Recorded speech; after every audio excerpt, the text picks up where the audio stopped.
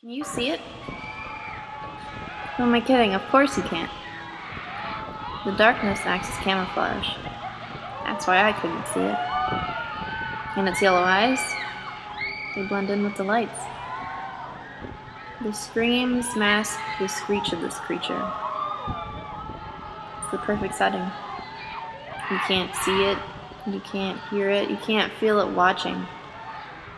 No one else can. So why could I feel it?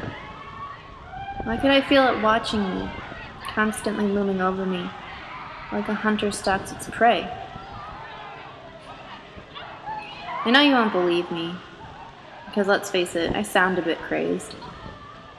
As I watched the lights flash on the Ferris wheel and the swings sling the riders through the air that evening, I felt as if I didn't even belong anymore. I was already disconnected, out of place. I longed to share their exhilaration, but instead I felt like I was gasping for air as I stood paralyzed watching life pass me by. But why was this happening to me? I'm still not sure, but I have my guesses. Things started changing after my shopping trip that afternoon. As I rode in the taxi, I could feel change in the air. A sign on the window instructed me to look for oncoming traffic when getting out. Instead, throughout the taxi ride, and as I walked, I felt like I was the one being looked at. I should have known when I saw the "Don't Walk" sign. As I stepped into the jewelry shop, I felt drawn to one area of the store. Wishing to examine the pieces, I picked them up one by one. I should have picked that one.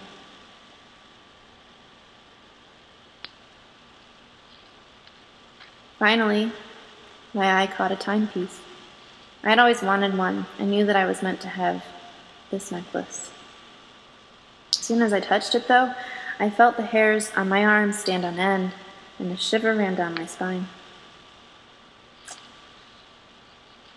But perhaps by looking at the time, I was reminded of my date that night, which I was nervous for. But something told me that wasn't it. I should have listened to my gut instinct. After making my purchase, I took a taxi back, though this time everything had changed. I still felt as if I was being watched, but my perception of the world became more and more removed. I needed to get a grip on reality and decided to take a hot bath to relax.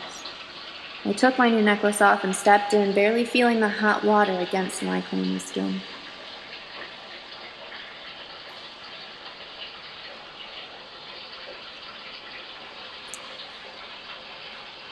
As I sat, my mind raced until I'd had enough. I couldn't take it anymore. Couldn't even stand to be in my own head. And so I got out of the tub.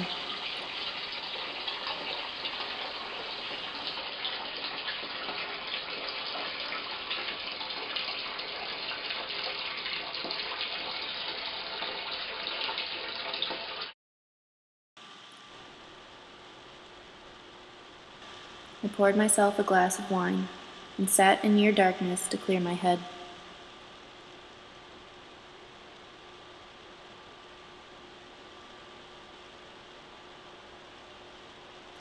Did nothing to help. Anxiously checking my new timepiece, I realized that the clock had stopped right after I bought it. Uneased, I waited for my date to come, watching until the candle burnt out on its own. Finally, a knock on the door temporarily got me out of my trance. For perhaps the last time, I felt the excitement.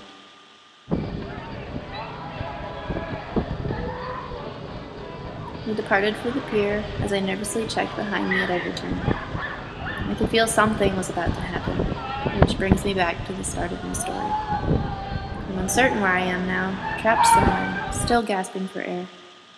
The last thing I remember was hearing the hoot of an owl as it took flight to guard the night.